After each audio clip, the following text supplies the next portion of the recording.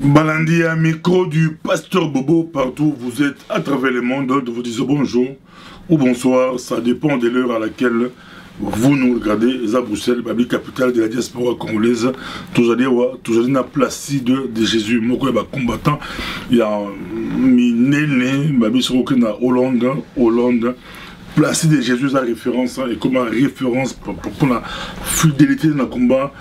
A Omen la combat, à Bundi la combat, Moko Bato à Salaba, Misala Minene na Hollande, comme vous l'avez placé de Jésus, tous en avez, toujours la beauté, place de Jésus. Bonjour, Pasteur Bobo, bonjour à tous les amis des micros du Pasteur Bobo, bonjour na ba Congolais, topé ba la ligne sur la minute oyo, topé sinon beauté, c'est vos amis, bonjour, bonsoir, bon après-midi, merci. Bonne santé, place de Jésus.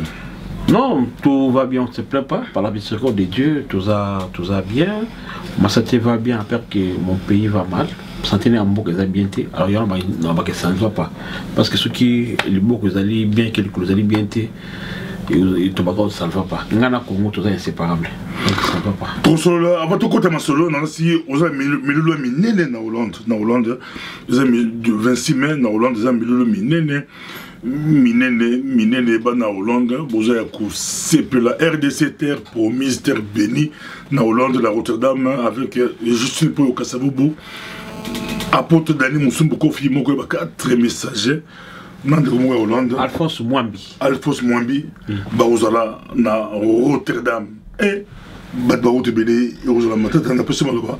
Grand événement na Rotterdam, ba na Rotterdam. Grand événement, nous avons toujours fait revivre Rotterdam parce que nous avons placé un commissionnaire en Mokana et chaque fois que nous avons tout le monde battu les cadres politiques na Hollande. Cette fois-ci, pour la première fois, une femme qui fait la fierté. Il y a RDC au passé qui a nominé peut-être le Belango. Maman Justine Paul Kasavubu. C'est une femme. Faut te baka Azab na symbole de Namboka Nabiso parce que Azali la fille du premier président il y a Namboka Nabiso. Mais le président Joseph Kasavubu et c'est sa fille moi na yo Azako Bundapona madame il y a peuple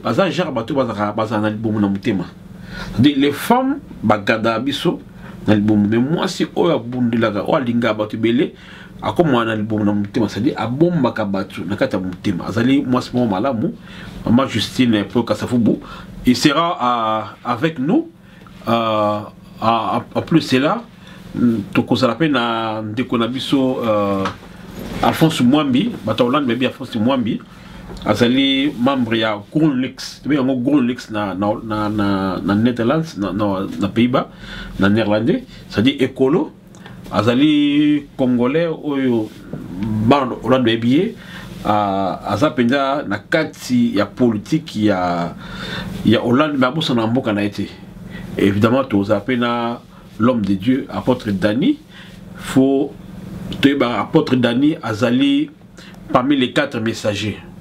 Ils sont 4 messagers. Je pense que les 24.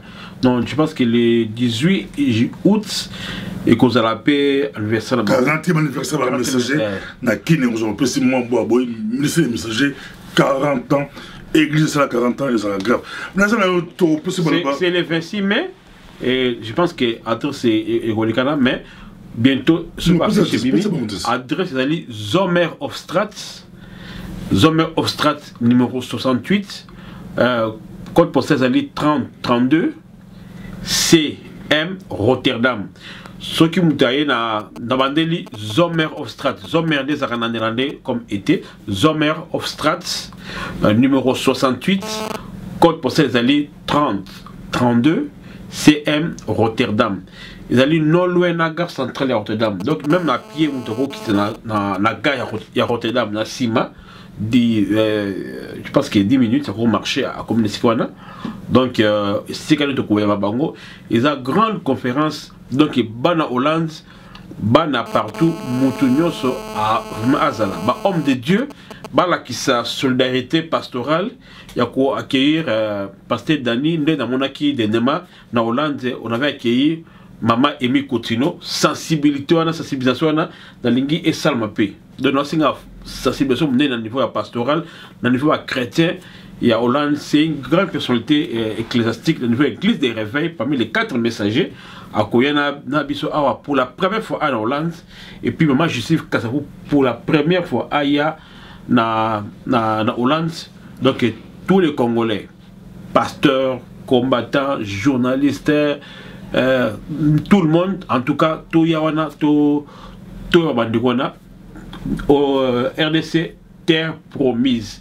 Tout le monde a masolo à l'autre, moi, tout le cas, Racine Kolo Hollandi, tu as perdu, ici, 4 souka. Ou 4 avant souka, baba 4, ici, joker là-bas. Joker là-bas, aux Hollandais, Zaki. Kabila himself. As la candidat à l'élection 2018, il faut que la Cour constitutionnelle, comme constitution au Amibali. C'est qui modifié, c'est que Kabila a logiquement pour la Bango, Kabila a cette mandat. Donc Kabila a droit à ça demandant donc résoudre bon pétition dans la Cour constitutionnelle au cours donc le 18 août. Non, le 18 août. Non, le 18. Le 18 il y a un grand événement, ainsi, consécration pays à place de Jésus. Non, en fait, on a souvent, donc, Sango comme pasteur. Il y a ma tata, il y a ma tata, de Sango, à comme pasteur. Parce que vous votez que. Babi, Tazagate, Tozonga, Tozonga, Awa Makambo, Tozonga, Awa Papa, Tozonga, Kabila a eu numéro là, grand numéro. Donc, on va dire Kabila a retiré les Baya. A retiré les Baya dans l'élection présidentielle 2018. Parce que Bobo. Possibilité, bah, on va lui retirer les Baya. Nassan Lobango, Nassan Lobango, Kabila. Moi, en fait, moi, je ne connais pas Kabila. Kabila n'est pas venu pour le bien au Congo. Kabila ne connaît pas les biens pour le Congo. Il connaît que quand vous demandez Kabila le bien, la démocratie, la bonne marche, c'est trop lui demander. Parce qu'il y a on ne l'aime pas. Il est conscient que dans toutes les 2 élections, il a échoué, il n'a jamais remporté les élections, mais il s'est mettait, on le mettait par force, par les gens que vous les journalistes, vous appelez les décideurs, parce que pour moi, les décideurs, c'est Dieu Tout-Puissant, les créateurs du ciel et de la terre. Donc ce sont les gens puissants, quand même pas décideurs. Ce sont eux qui mettaient. Et puis, il faut que du Piron, hein. C'est-à-dire, bon, pèse l'information, bon, ah non, Sadek, ah non, on a puni, on a sanctionné les proches de Kabila, et ça, du Piron, les années, traitement de propriété de la maladie, jusqu'à la calmant. Kabila, stratégie, plan jusqu'à place Z. Il y a plan B, c'est bâti la place Z. C'est-à-dire, Kabila, Kabila n'a pas encore trouvé quelqu'un pour le remplacer. Kabila. On a débat dans le qui a eu débat la Kabila va conseiller, c'est fini, session parlementaire aussi là, à cause de la socio. Moi, je vais modifier cette constitution Kabila Souki. Au carte Oyo, où est-ce que carte Oyo, où est-ce que carte M. Bimichou, carte Oyo. Parce qu'on est. Qui a parlementé, qui a la Cour constitutionnelle, qui a document qui a interprété loi, qui a postulé pour accéder à mandat. Effectivement, pouvoir un pouvoir occupation, même Cour constitutionnelle, aucune institution ne peut s'opposer à la volonté de Kabila. Donc, on a Kabila. Et ça, on essaye tout la vérité. Non, non, mais on a croyé que en 2012 ou 2013, les ex-combattants ex-combattant na fingé na précisé qu'il n'est plus combattant parce qu'il est avec Tibala. Je n'ai pas parlé mal de lui, j'ai dit que la vérité, parce que nous devons dire la vérité dans le mensonge. Il y a FC, moi j'ai jamais été membre de FC. Avant, un groupe. Une élection avant. Non, non. On a présent mon Padiko. mais mon pas yo combattant man et Hollande c'est un groupe bon nangina kota ba irrégularité ba élection ba on a été nangina na parler sur parce que je suis pas bien placé, j'étais pas là, pas na parler ba irrégularité il y a procédure toi élection ba on a donc l'ex combattant ba lukuna na le combattant constant docteur Longo oyamba bango tamo ba keno balingi ba changer loi électorale pour monaki ngo ce qui ba doit tellement en 2000 je pense 15 dans janvier ou 16 heures ndé ba changer loi électorale mais ba toujours perpétuer mouvement ya koluka comment maintenir Hippolyte Kanambe alias Joseph Kabila au pouvoir. Donc on est allé moko ba moi ba stratégie et belé on est allé moko aujourd'hui toutes les stratégies sont là d'ailleurs et le monde ça bisona tout ça na convergence moko na divergence convergence c'est à dire que biso na Kabila biso combattant restant tout ça côté moko et les opposants na mindele ba côté moko na nini je vous apprends que Kabila est contre les élections. Kabila est très suivi par tout à travers le monde. Tant que Kabila va combattre na Kabila bozolia sali moko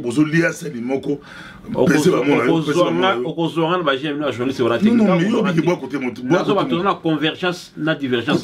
Je pèse ces mots français, ces mots convergence na divergence. Je ne parle pas de manger ensemble. Donc les journalistes au Bolingabo flammé et les côté la convergence c'est ali boyer et que Kabila il n'est pas les élections et nous aussi nous les combattants résistants nous ne voulons pas les élections.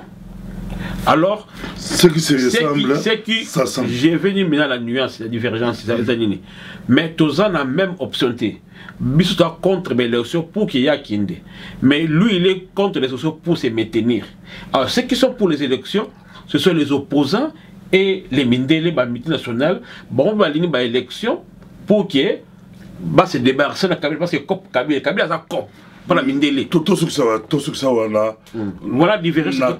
Par rapport à la classe politique, aujourd'hui, on a une hypothèse de Kabila, alors méca, à Tchamoutoula la Kanaï, à Tchamoutoula Kanaï, Bangousko, lecture politique, bon, la classe politique, leur lecture. Pour ressources à la Bible, combattant résistant, mais lecture, il y a aux alentours, na politiciens. Tout ça, nos politiciens. Tout ça, a des choses, tout ça, nous avons une maladie, dans le Congo, une maladie politique qui s'appelle non-État. Tout ça, l'État, et puis, tout ça, la crise, il y a leader, tout ça, leader, peut-être, il y a téléma, parce que ça facilement manipulé. Sainte Thérèse pour anticiper la peine la joint Toza na leader parce que au moins sur leur moko au moins la plateforme islamique awa il y a un secret quand l'église catholique est télémaki pendant ko motive tout na lolo tisiko yo na ko critiquer l'église catholique parce que ba tout photo baka les choses comment quelqu'un moto tout nieti. Moi j'ai parlé avec certains amis prêtres. Il n'y a pas que c'est l'effet, mais parce que après ça va découvrir. Beaucoup d'opposants devant prêtres va combattre. Moi j'ai parlé avec les amis prêtres, va comprendre mensonge dans le kouta, face il y a opposants, les opposants fabriqués par le pouvoir et l'occupation. Alors après pour ma sécurité au sein il y a 2022 pour maintenir le temps pouvoir n'est-ce qu'on va continuer la phase de diplomatie pour que tout soit quitté.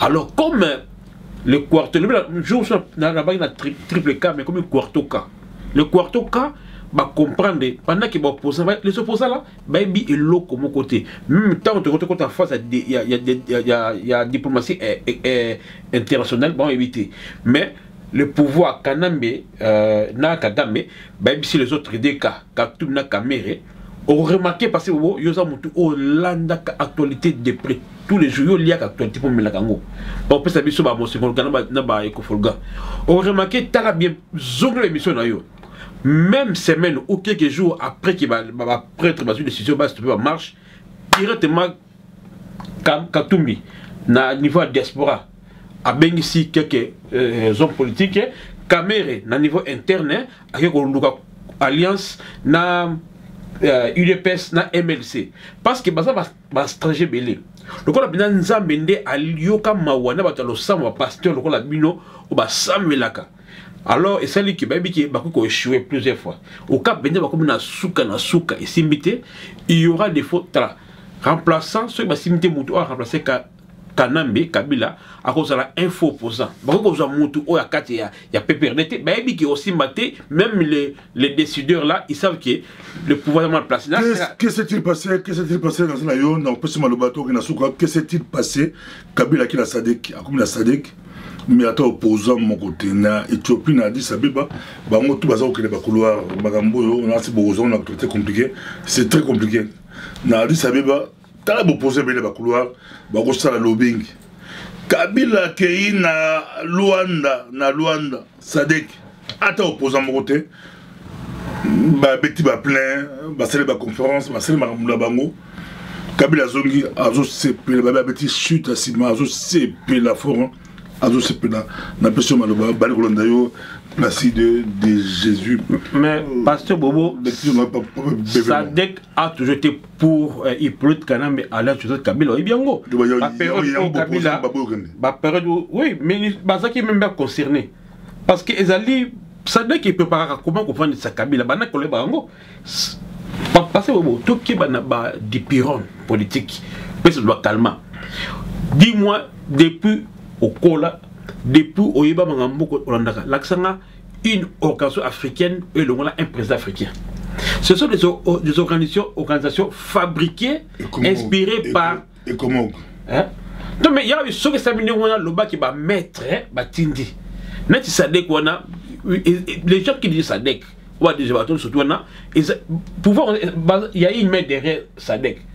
Et un président africain, par exemple, on appelle cet exemple, un Mugabe, je donne un exemple comme ça, a décidé, bon, tout ça, tout le tel. Non. Et même ils sont placés par la volonté il y a communauté internationale.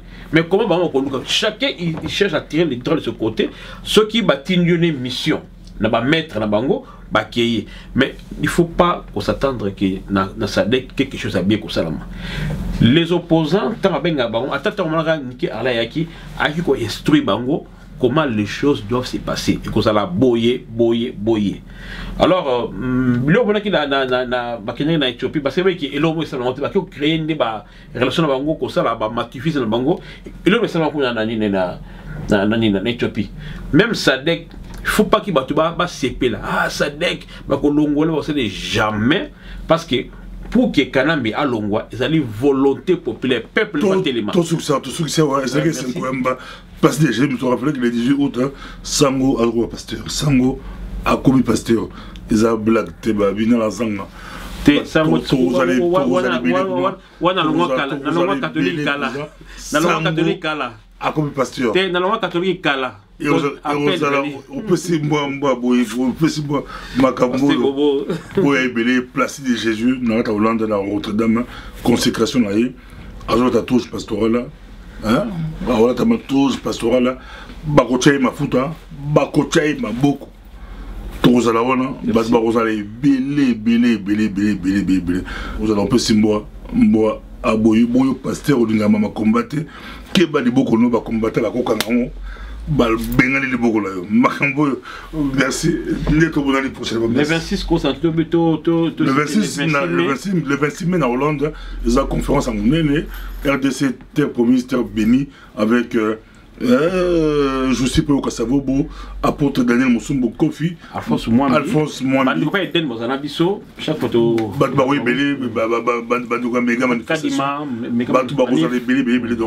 Merci. Lumoninga fonga dezo monika vino. Na yibisi vino boye. Bino batunia so dinga kayamani atana bino. PDCL TV 100% théâtre. Lukota lo s'abonner, lukuzwa. Nazo benga na bino bandeko nango bolinga ngai la validaire. Tala bo s'abonner. Tala bo s'abonner. Pesa nga d'abord confiance hein. Moi dans le boko. Yo banana ko pesa nga confiance. Ko sekenza nango akolukate na PDCL TV. 100% théâtre. Vous sentez, maman c'est casa na PDCL TV. Ah oui. Varese de Varese. Ah Varese. PDCL TV ya validé nde Varese na PDCL TV 100% théâtre. Ngana koti wongo yozo zile nini. Abonne-toi, abonnez-vous, abonnez-vous, abonnez-vous. PDCL.